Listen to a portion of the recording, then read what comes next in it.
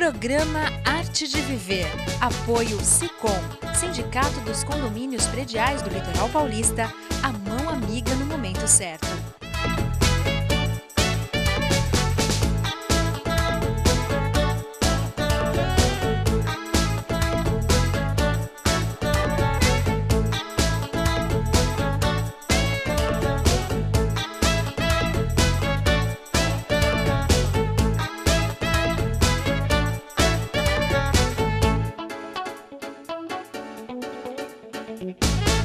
É muito bom estar com vocês novamente, hoje conversando com a minha querida amiga Lilian Wendy sobre um tema muito importante, HPV.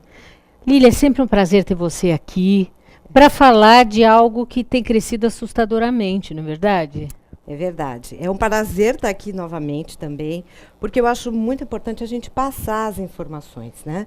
Sim. Porque eu acho que o que mais assusta às vezes é a falta de informação que as pessoas têm. Sim. Né? Então, vamos falar então, o que é o HPV que tanto se fala hoje em dia? O HPV é um vírus, né, que a gente sabe, já existem, as lesões de HPV foram descritas desde a Grécia Antiga, aquelas verruguinhas e tal. Porém, de alguns anos para cá, talvez de uns 20, 30 anos para cá, a gente começou a ver uma mudança no comportamento desse vírus, no resultado da presença dele. Que algumas mulheres que apresentam câncer de colo, a gente começou a fazer associação entre a presença do HPV e o câncer de colo. Sim. Porém, nem todas as mulheres que têm HPV ou adquirem HPV vão ter câncer de colo. Né? Por que hoje em dia a gente tem tanta gente? Porque os métodos de diagnóstico são muito mais precisos e a gente passou a procurar pelo HPV, coisa que antes a gente não fazia e nem sabia como é que ele funcionava. Né? Agora, a transmissão, ela é só sexual ou existem outras formas de transmissão? Então, a transmissão ela é principalmente sexual. Porém, eu acredito, e pelos trabalhos que a gente lê, que existe uma parcela de pessoas que pode pegar o HPV, pode ter contato com ele, às vezes através de uso de coisas que alguma pessoa contaminada, infectada pelo vírus, tenha usado, mas sempre coisas de uso íntimo. Então, tipo o quê? Uma calcinha? Tipo uma calcinha, um biquíni, toalha, sabonete. Né? Mas a gente tem que lembrar que o vírus ele vive muito pouco porque ele vive dentro da célula. Quanto tempo? Então, 2 horas longe do organismo, a célula desidrata e morre. E o vírus morre junto.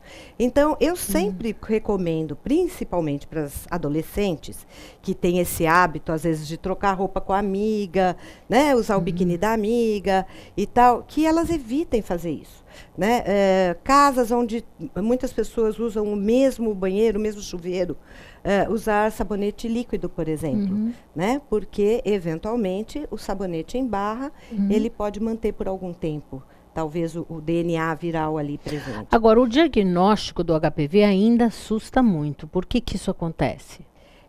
Assusta muito, eu falo por duas coisas. Pelo excesso de informação, por um lado, porque hoje a internet permite, né, que as pessoas entrem lá e pesquisem uma série de coisas. E também pela falta de informação correta. Por que isso? Porque a internet, a gente põe uma informação lá e aquela informação ela não é retirada, se ela deixar de ser correta. E o que acontece? A medicina é uma ciência viva. Então, aquilo que eu aprendi lá na faculdade, há alguns anos atrás, sobre HPV, já é totalmente diferente do que eu falo hoje em dia. Né? Então, as coisas vêm se modificando nos últimos anos. Então, o que eu falava, talvez, há 5 anos atrás, eu já também não falo hoje em dia. Né? Então, principalmente com o avanço, com a biologia molecular, que a gente pôde começar a ver o comportamento do vírus, a descobrir, né, as oncoproteínas, como ele se liga a célula, tal, a gente começou a ver que não é só a presença do vírus que a gente vai ter necessariamente coisas mais sérias. Então, né? porque hoje a gente vê muita gente com esse diagnóstico. O que mudou? Justamente essa questão da possibilidade do diagnóstico. A facilidade, né? Por exemplo, hoje a gente tem o método de citologia de lâmina e a gente tem também a citologia líquida. Na citologia líquida, ela é feita por um outro método que já pode ser pesquisado junto o DNA viral. Então, muitas vezes, ela tem uma citologia normal, né, o que seria antigamente o que a gente classificaria como classe 1, classe 2, mas tem a presença do DNA viral sem manifestação. Né? Porque o vírus ele pode ficar no organismo presente, às vezes por algum tempo. Em alguns casos, ele pode ser espontaneamente eliminado, porque acredita-se que o nosso organismo ele tenha condições de se defender do vírus, né? Mas, hoje em dia, a gente diagnostica mesmo quando ele não se manifesta.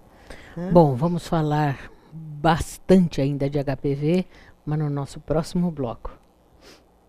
Ouça agora o Dr. Rubens Moscatelli, presidente do Sindicato dos Condomínios Prediais do Litoral Paulista.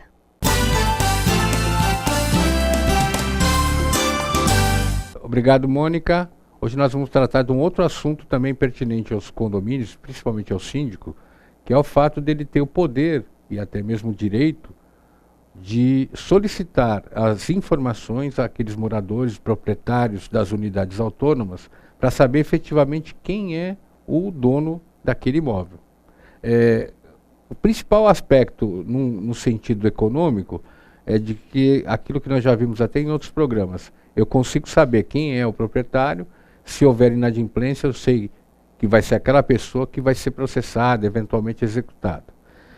Mas agora também existe o aspecto segurança jurídica dentro do condomínio. Eu tenho que, nas informações que o síndico acaba detendo, ele tem que saber exatamente quem é o proprietário, qual é o tipo de moradia, melhor dizendo, tipo de ocupação que aquele proprietário está exercendo ali, se ele aluga para outras pessoas, ele pode também exigir cópia do contrato de locação, se for contrato de temporada, ou se for um contrato residencial ou não residencial. Tudo isso é necessário que o síndico tenha conhecimento para ficar com a segurança do condomínio totalmente balizada no sentido positivo. E também para que não haja abusos e eventuais sublocações desconhecidas até mesmo do proprietário. O síndico ele acaba sendo o coletor dessas informações e o executor da convenção condominial, do regulamento interno. Então ele tem que estar abastecido de informação a mais plena possível para que ele possa adotar medidas que não sejam encaradas como perseguições ou até mesmo como arbitrariedade. Então cada condomínio tem que contribuir com a sua parte. Para que eu possa exigir que o condomínio seja bem gerido, eu tenho que abastecer o síndico de boas informações e informações completas. Então preste atenção nisso e não deixe o seu condomínio perder seu valor, fazendo como se nada valesse, por exemplo, alugando para qualquer pessoa ou não dando as informações ao síndico que são necessárias. Até a próxima.